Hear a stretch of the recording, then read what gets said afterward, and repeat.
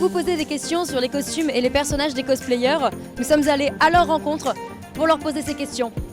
Nous sommes à Geek Life Festival au Mans. Bienvenue pour ce Quick Talk Cosplay.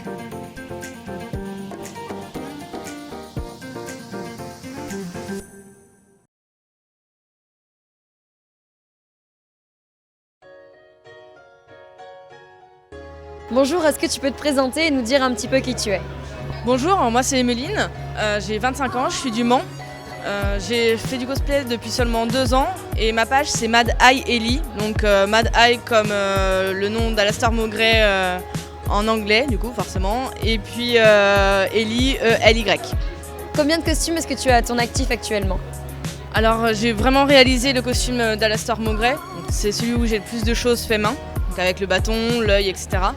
Pas mal de récup aussi où j'ai chiné par exemple le manteau, où je l'ai vieilli, etc. Je suis pas une experte en couture, donc j'essaye de récupérer pour mes costumes un peu à droite à gauche et puis améliorer si besoin.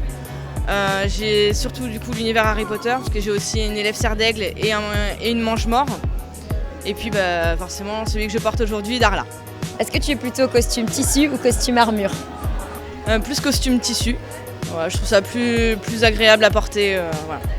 Quand tu choisis ton cosplay, est-ce que tu mets plutôt l'accent sur le design du costume ou le caractère de ton personnage?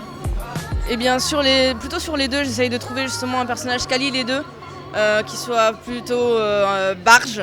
Moi j'aime bien c'est bizarre, on dirait pas du tout comme ça, hein, mais voilà, les personnages un peu décalés, un peu foufou.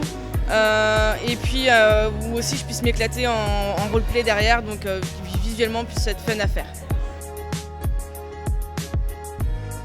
Est-ce que tu peux nous parler de l'univers du personnage que tu portes aujourd'hui?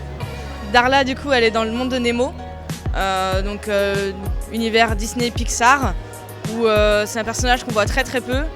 Voilà, c'est plus basé du coup sur l'univers du coup de Nemo, le petit poisson clown, voilà, qui se perd, qui est pris par un homme.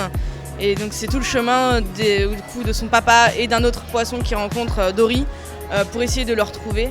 Et voilà, du coup moi c'est totalement un antagoniste et puis qu'on voit vraiment très peu dans ce film-là. Est-ce que tu peux nous parler plus précisément du personnage pour nous dire un petit peu qui il est?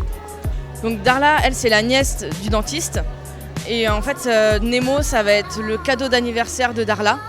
Et Darla elle fait très peur aux poissons puisque déjà physiquement. Et puis après en fait elle a une fâcheuse manie en fait quand elle reçoit le poisson qui est dans un sac de le secouer très fortement. Voilà. Et ce qui fait que du coup en fait le poisson meurt, donc les autres poissons le sachant ils vont essayer de protéger Nemo d'elle. Quel est le budget qu'il a fallu pour réaliser ce costume? Alors en général j'ai pas un budget très élevé. Là pour ce costume là il m'a fallu un budget entre 50 et 60 €. Est-ce que c'est un costume commissionné ou produit en série? Alors ni l'un ni l'autre. Là pour celui-ci j'ai acheté tout séparément. À différents sites où est-ce que je pouvais trouver que ce soit entre la jupe écossaise qui vient d'Amazon tout simplement, le t-shirt que j'ai fait faire, toutes ces petites choses là. En fait du coup j'ai réuni l'ensemble. Qu'est-ce que tu préfères comme élément sur ce costume? Poisson! Qu'est-ce que tu préfères dans le roleplay de ce personnage?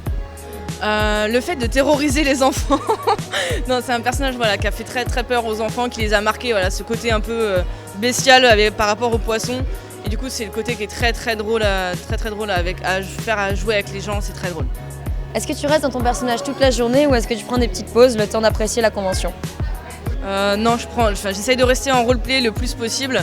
Après, je prends des pauses quand même pour moi m'amuser aussi également, que ce soit en dansant, en l'emmenant sur un côté totalement décalé ou qui n'est pas du tout son univers. Après, c'est un personnage, comme on le voit peu aussi, on a moins de roleplay hormis avec le poisson. Mais ça permet aussi de pouvoir rester dans le roleplay tout en en profitant de la convention. Le fait d'avoir un personnage peu connu, est-ce que du coup ça te permet d'avoir plus de liberté? Est-ce que les gens reconnaissent? Qu'est-ce que ça t'apporte justement toi en tant que cosplayer de te permettre de faire ce genre de personnage moins connu du grand public? Alors justement c'est là le paradoxe, c'est un personnage qu'on voit, sa scène elle dure 2 minutes où on la voit vraiment. Et pourtant les gens tout de suite, oh, c'est la fillette dans le monde de Nemo. Et justement c'est très drôle de se dire c'est un personnage qu'on voit 2 minutes, qui est pas du tout le personnage principal du film. Et pourtant les gens du coup il a marqué et c'est très drôle à faire. Est-ce que ton costume est confortable à porter? Pas tout à fait. Là où c'est moins confortable du coup forcément c'est le faux appareil dentaire. C'est du fil de fer qui est monté façon lunettes derrière. Donc ça fait assez vite mal aux oreilles. Et puis pour boire, manger, tout ça, c'est pas pratique du tout. Et qu'est-ce que tu répondrais à une personne qui dirait que ton costume ne te va pas par rapport à ta morphologie? Je dirais essaye de le porter déjà avant de répondre quelque chose. Si tu avais un conseil à donner à un cosplayer qui commence le cosplay, qu'est-ce que ce serait? Déjà choisir un personnage où il puisse s'amuser, franchement c'est le principal, pouvoir partager sa passion tout en s'amusant, un personnage qu'il aime aussi, c'est important, qu'il aime ou qu'il déteste, mais du coup il va aimer que les autres le détestent, c'est paradoxal mais encore une fois c'est super fun à faire et qu'il fasse avec comme il le souhaite lui, avec ses moyens, s'il souhaite acheter, il achète, s'il souhaite faire lui-même, il essaye de faire lui-même, c'est pas parfait, c'est pas grave, on s'en fout. Voilà, c'est vraiment se faire plaisir à soi avant tout, avant de faire plaisir aux autres. Merci d'avoir regardé cette vidéo, je remercie également Alien Cosplay et LC Réalisation.